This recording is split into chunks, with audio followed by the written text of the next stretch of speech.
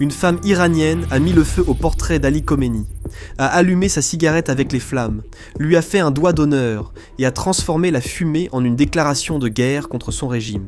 Pendant ce temps, un dollar américain a dépassé les 14 millions de rials. Les prix des denrées alimentaires sont augmentés de 72% et la colère publique a grimpé de 1000%. À première vue, Khomeini semble être le plus grand coupable, car on ne parle jamais des vrais responsables. La chute de l'Iran ne l'est pas. Comme tu le vois, pendant des décennies, un virus rongeait le système de l'intérieur. Ce virus a un nom, le CGRI. Le CGRI est une organisation pour les entrepreneurs. Sauf qu'ils portent des uniformes, portent des armes, pilotent des avions de chasse, des navires et des missiles. Ce sont ces personnes qui possèdent réellement l'Iran.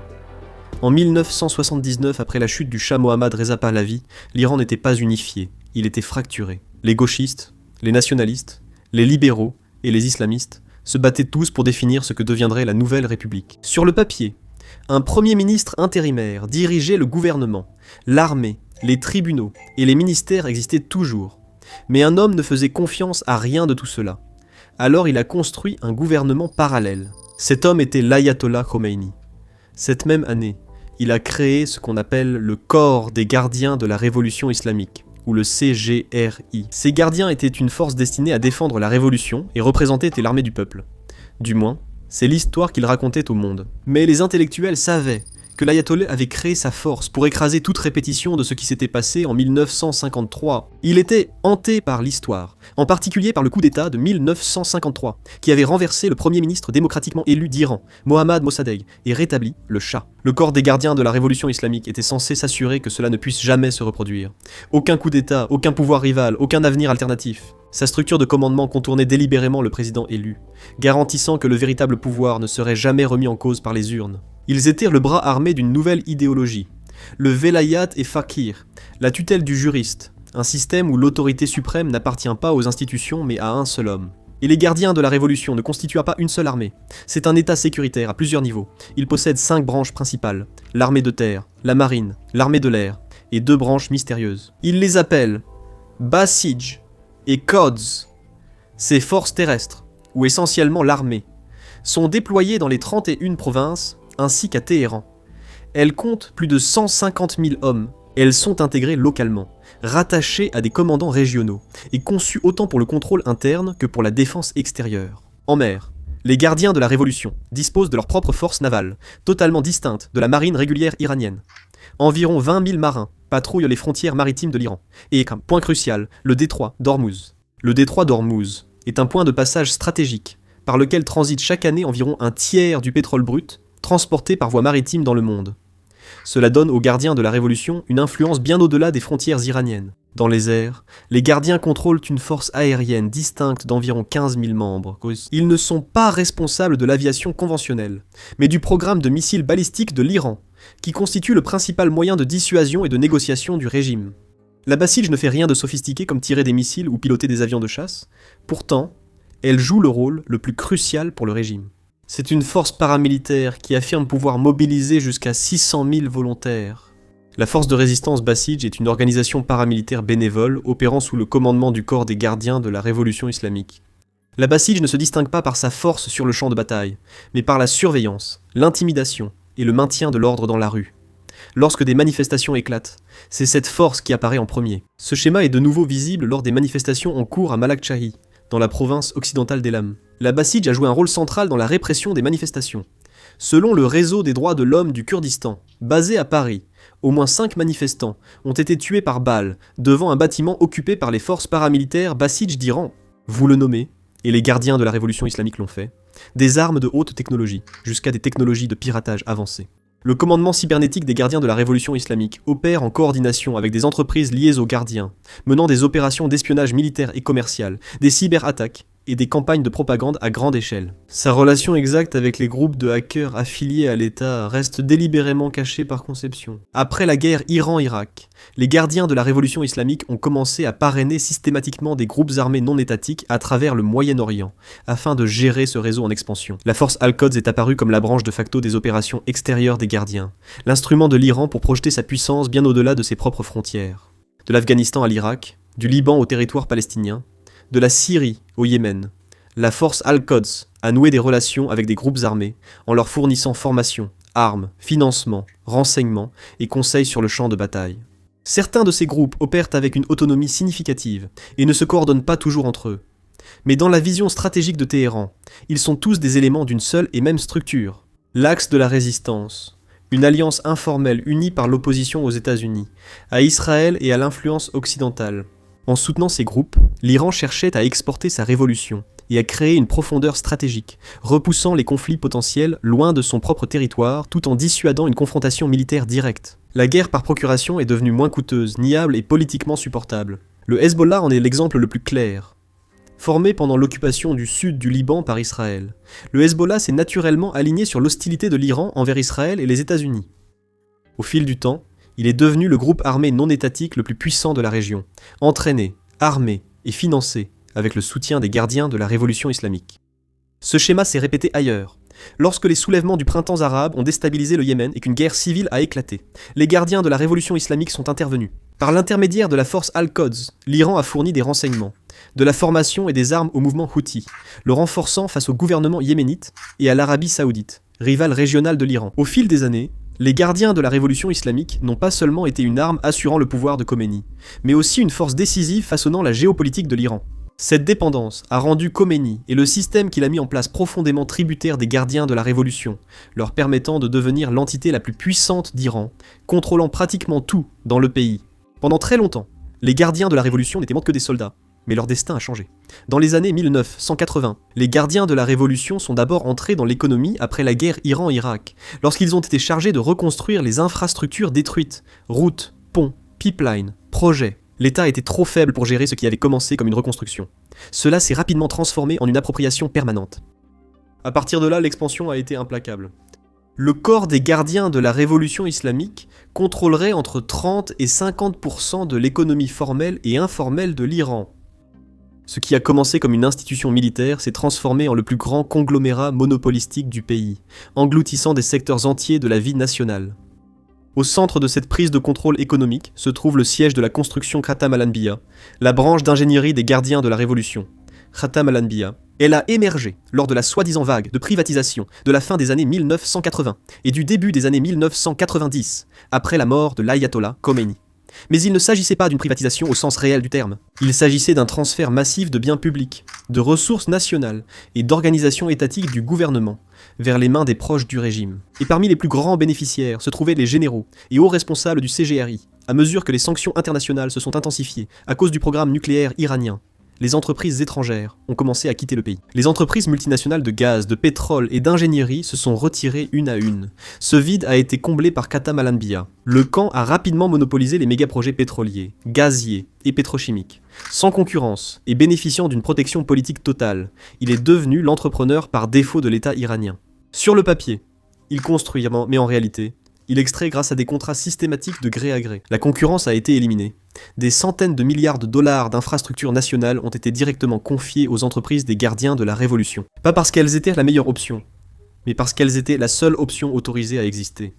Des projets comme le développement du champ gazier de South Potter à 2 milliards de dollars, les extensions du métro de Téhéran, dépassant 15 milliards de dollars, la reconstruction après le tremblement de terre de Bam des réseaux autoroutiers, s'étendant sur des milliers de kilomètres, et de nombreux projets de barrages.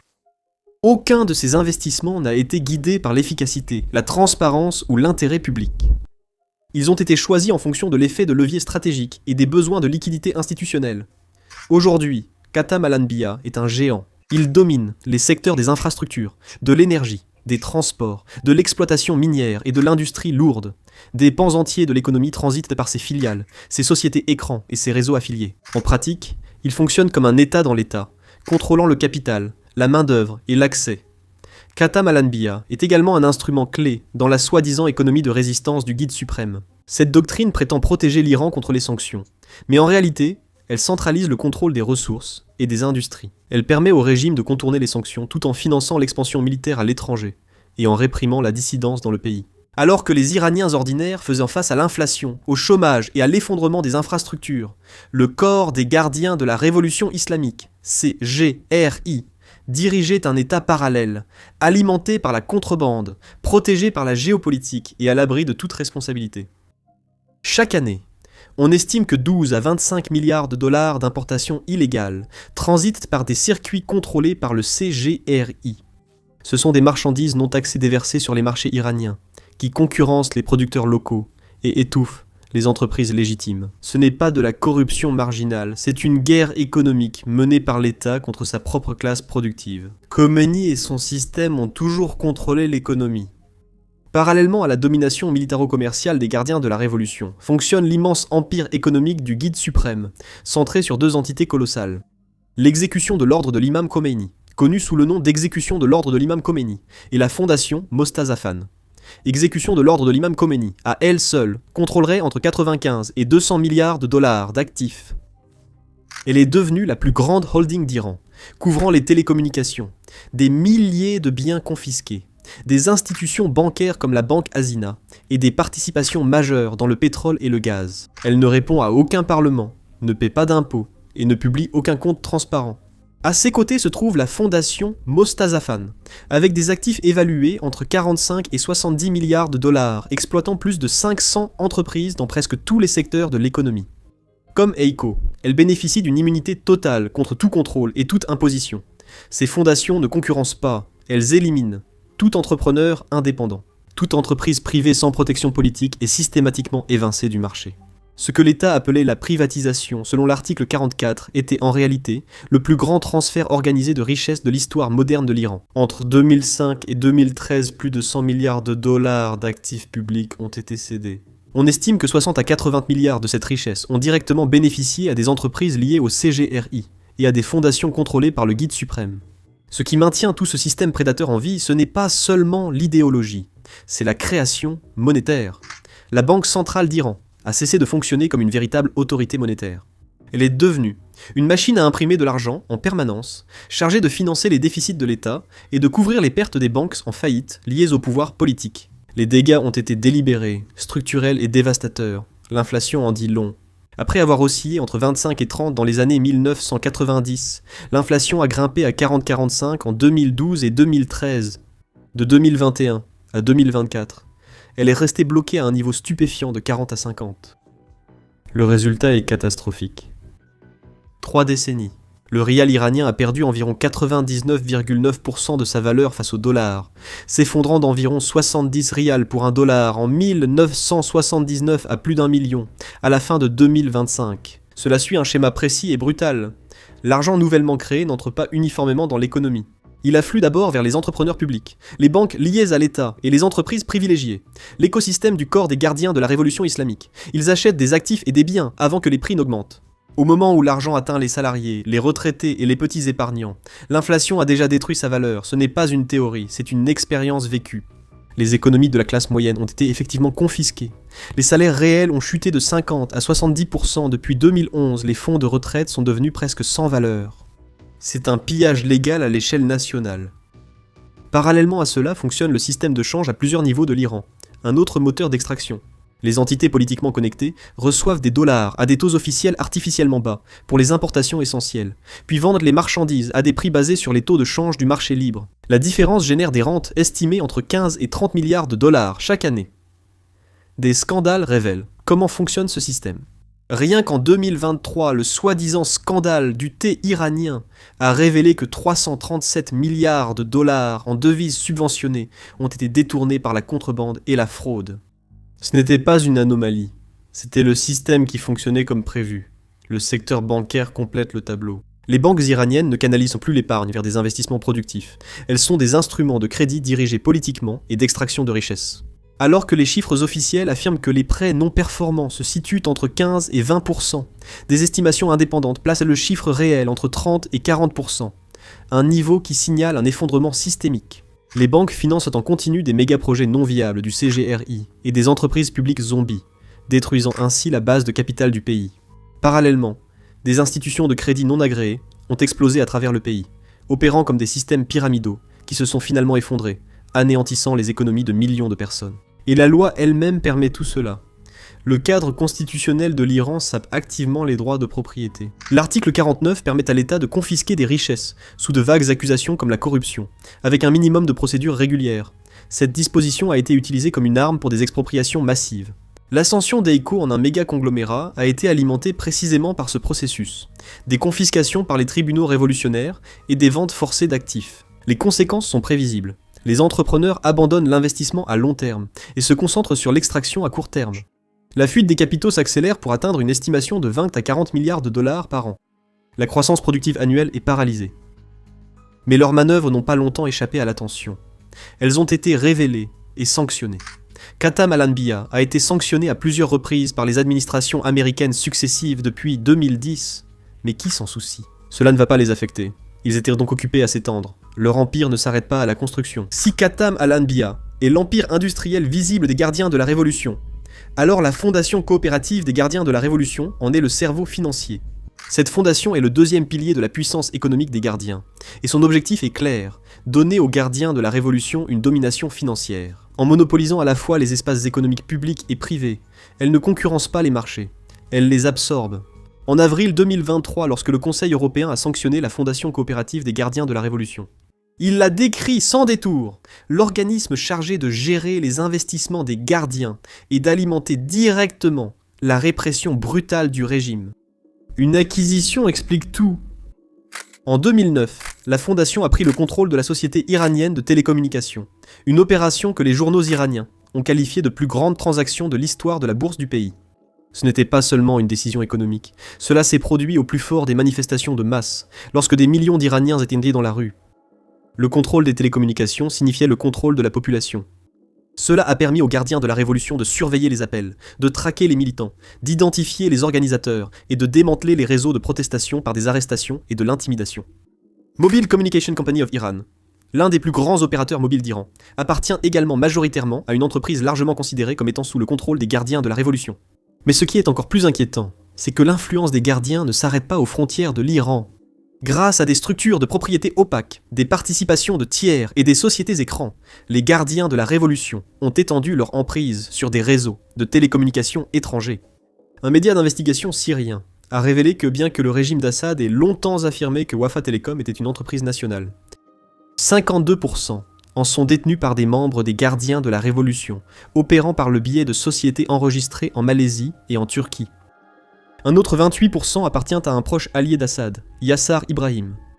Aux côtés d'un homme d'affaires non identifié, ce qui semble local, est en réalité un contrôle transnational. Même en 2025, Mobile Communication Company of Iran aurait approché l'ambassade d'Irlande, cherchant à relancer ou à étendre les liens avec Vodafone. Vodafone avait auparavant rompu les liens après les sanctions américaines et les révélations concernant les liens avec les gardiens de la révolution islamique. Pourtant, Mobile Communication Company of Iran affirmait dans sa présentation qu'elle maintenait déjà des accords d'itinérance avec 200 opérateurs dans 110 pays cherchant à étendre sa couverture en Irlande. En invoquant des relations amicales entre les deux États, si cette affirmation est exacte, les implications sont stupéfiantes. Cela signifierait que des entités liées au CGRI pourraient potentiellement avoir accès à une influence ou une visibilité sur les données de télécommunications dans plus de 110 pays. Le monopole économique est devenu un outil de survie politique. Et ce n'est pas surprenant. La fondation coopérative du CGRI a également servi de principal canal de financement pour la force Al-Quds, la branche des opérations extérieures du CGRI, responsable des missions clandestines, de la guerre par procuration et des campagnes de déstabilisation à travers la région. Selon une annonce du Trésor américain, en 2026, des filiales de la fondation coopérative du CGRI ont travaillé directement avec la force Al-Quds pour produire du matériel et des équipements destinés à la contrefaçon de billets de banque européens. Les mêmes réseaux étaient liés à des trafics d'armes et à la mise en place d'une opération de contrefaçon destinée à financer les rebelles Houthis au Yémen. D'autre part, ils étaient occupés à prendre le contrôle des ports. Le contrôle des autorités portuaires donne au corps des gardiens de la révolution islamique quelque chose d'encore plus destructeur que la surveillance. Un réseau de contrebande à l'échelle industrielle, capable de déplacer des marchandises sanctionnées, des armes, du pétrole et des importations illicites avec la protection de l'État et sans aucune responsabilité. Selon de multiples enquêtes, l'ensemble de l'industrie pétrolière iranienne est effectivement tombé sous le contrôle du corps des gardiens de la révolution islamique. Il ne s'agit pas seulement de la production, mais aussi du transport, de la logistique, des sociétés écrans et des réseaux de transport clandestins qui déplacent du pétrole brut sanctionné à travers le monde. Des pétroliers, des courtiers, des sociétés écrans, tous opérant dans le cadre d'un seul et même système parallèle. La Chine est la pièce maîtresse. La Chine reste le principal client pétrolier de l'Iran et un acteur clé est Aocon Energy, une société écran chinoise qui serait dirigée par d'anciens responsables militaires chinois. Bien qu'elle soit sanctionnée par les États-Unis, elle continue de faciliter les ventes de pétrole iranien.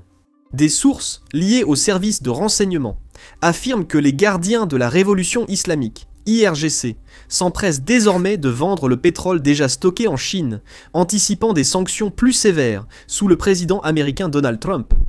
Selon ces sources, les autorités iraniennes ont ordonné aux IRGC de décharger le brut sanctionné, stocké au port de Dalian, dans le nord-est de la Chine, en utilisant des sociétés intermédiaires pour dissimuler son origine. Ceci est important car le pétrole signifie le pouvoir. Le propre budget national de l'Iran révèle l'ampleur de ce transfert de pouvoir. Malgré des années de sanctions écrasantes, la République islamique continue tout de même d'engranger des revenus. Plus de 50 milliards de dollars par an en revenus pétroliers, et au moins 126 milliards de dollars de revenus pétroliers au total sont directement alloués au corps des gardiens de la révolution islamique. Cet argent permet au corps des gardiens de vendre du pétrole principalement à des acheteurs chinois et de canaliser les recettes vers des programmes d'armement, des milices étrangères et des guerres par procuration dans la région. Vous pourriez demander, et les sanctions? Eh bien, ils ont réussi à contourner cela aussi. L'évasion des sanctions est systématique. En mai 2022, le Bureau du contrôle des avoirs étrangers du Trésor américain a révélé un réseau international de contrebande de pétrole et de blanchiment d'argent dirigé directement par la Force Codes du CGRI. Selon l'Office of Foreign Assets Control, ce réseau a facilité la vente de centaines de millions de dollars de pétrole iranien. L'argent a été acheminé vers le CGRI, la Force Codes et le Hezbollah, contournant entièrement l'économie iranienne. Au centre de l'opération se trouvait un responsable de la Force Codes, désigné par les États-Unis, travaillant aux côtés de l'ancien commandant de la Force Codes, du CGRI, Rostam Ghasemi. Leur réseau n'opérait pas isolément. Il était soutenu par les plus hauts niveaux du gouvernement russe et par des institutions économiques d'État, transformant l'évasion des sanctions en une alliance géopolitique. Le pétrole iranien est reconditionné sous une autre marque grâce à une flotte fantôme opérant dans les eaux malaisiennes et singapouriennes. Les pétroliers désactivent les transpondeurs, falsifient les documents et réétiquettent le brut iranien comme provenant d'Irak, des Émirats arabes unis, d'Oman ou de Malaisie. Une fois nettoyé, le pétrole est livré aux petites raffineries indépendantes de Chine, les soi-disant théières. Pendant des années, le port de Shandong était le principal centre de ce commerce, mais les données de suivi des pétroliers montrent une forte augmentation des expéditions vers le port de Dalian, ce qui indique un réseau adaptatif qui ne cesse de se déplacer pour rester en avance sur les mesures de répression.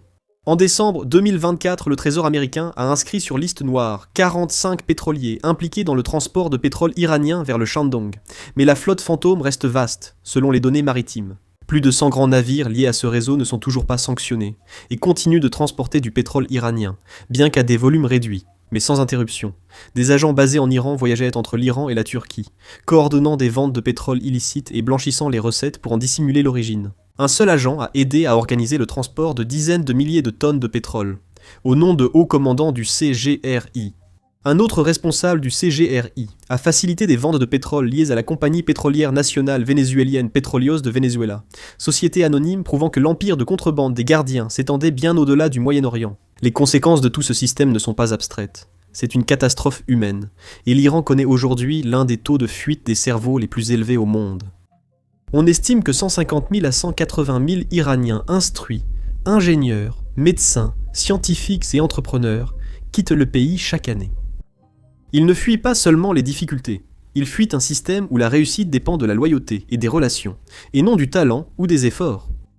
Dans le même temps, la pauvreté a explosé. Les statistiques officielles affirment que 25 à 30% des Iraniens vivent sous le seuil de pauvreté. Mais des estimations plus réalistes suggèrent que plus de la moitié de la population est désormais piégée dans la pauvreté absolue. Les femmes étaient opprimées sous le couvert de loi. Elles sont interdites de participer à certains événements sportifs, et les militantes qui réclament des changements sont souvent emprisonnées ou condamnées à mort pour des accusations liées à la sécurité nationale. Les lois sur l'héritage stipulent qu'un fils hérite du double de ce qu'une fille reçoit. En Iran, la confiance s'est effondrée dans les institutions, dans la monnaie, et même entre les citoyens eux-mêmes. Les jeunes Iraniens ne peuvent de plus en plus pas se permettre de se marier ou d'avoir des enfants, et les taux de natalité sont tombés en dessous du seuil de renouvellement des générations. Le régime accuse les États-Unis et les sanctions européennes de cet effondrement, et les sanctions ont effectivement un impact. L'Iran possède certaines des plus grandes réserves de pétrole au monde. Pourtant, il ne peut pas vendre son pétrole à sa juste valeur sur le marché. Selon le projet Iran Open Data, l'Iran perd environ 20% de ses revenus potentiels issus des exportations de pétrole. en essayant simplement de contourner les sanctions américaines. Même si les exportations augmentent vers des pays comme la Chine et la Malaisie, le pétrole doit être vendu par des voies indirectes et opaques, des voies conçues pour être coûteuses, inefficaces et corrompues. Les intermédiaires prennent leur part, les contrebandiers prennent la leur, et dans un climat géopolitique tendu, même des alliés comme la Chine exigent d'importantes réductions. Mais voici la vérité, que le régime n'admettra jamais. Même sous sanctions, l'Iran avait encore des options. Il a maintenu des liens diplomatiques et économiques avec des pays comme la Chine et la Russie, des relations fondées sur des intérêts géopolitiques communs. Avec des gouvernements compétents et une gestion transparente, l'Iran aurait pu stabiliser son économie. Au lieu de cela, le gouvernement et les gardiens de la révolution ont choisi leurs propres intérêts, les commandants des gardiens de la révolution. La famille Khomeini et les élites du régime liées aux gardiens de la révolution ont rempli leurs poches, tandis que les Iraniens ordinaires peinent à s'offrir ne serait-ce qu'un morceau de pain. L'effondrement de la monnaie raconte toute l'histoire. En 1979, un dollar valait 70 rials. Début 2026 plus de 14 millions. En 4 décennies, la monnaie iranienne a perdu environ 20 000 fois sa valeur. Désormais, la crise est entrée dans une nouvelle phase. Les gens manquent d'eau et de nourriture, des régions entières font face à des pénuries qui menacent la survie même. Et lorsque les gens protestent, lorsqu'ils réclament la dignité au lieu du désespoir, la réponse est la violence. Depuis le début de la protestation, au moins 192 personnes ont été tuées dans un contexte d'effondrement économique et de résistance au gouvernement. Tous ces signes mènent à la même conclusion. Le système de l'ère Khomeini est épuisé. Personne ne peut prédire le moment exact de l'effondrement. Les systèmes autoritaires s'effondrent rarement selon un calendrier. Ils semblent forts jusqu'au moment où ils ne le sont plus. Ce que l'histoire montre, c'est que des régimes comme celui-ci ne tombent pas uniquement à cause de la pression étrangère, ou des statistiques économiques, ou même des luttes internes entre élites. Ils tombent lorsque la légitimité disparaît. La République islamique possède encore des armes, des prisons, de l'argent, des réseaux et de la propagande. Elle continuera de rappeler aux gens qu'elle est puissante, impitoyable et prête à opprimer. Mais le pouvoir autoritaire n'est pas la même chose que l'autorité. L'autorité exige la croyance, et cette croyance s'effrite depuis des années. La chute du système Khomeini n'a pas commencé avec les sanctions, les manifestations, ou même l'effondrement économique. Elle a commencé le jour où les gens ont commencé à voir clair, le jour où ils ont compris que le système ne les trahissait pas par accident, mais les exploitait délibérément. Que l'avenir de l'Iran prenne la forme d'une monarchie constitutionnelle, d'une république démocratique ou d'une toute autre voie, ce sont les Iraniens eux-mêmes qui en décideront. Mais une chose est déjà claire, le plus grand ennemi de ce régime n'est plus à l'extérieur de l'Iran. Ce sont les gens qui ont cessé de croire et ont commencé à parler.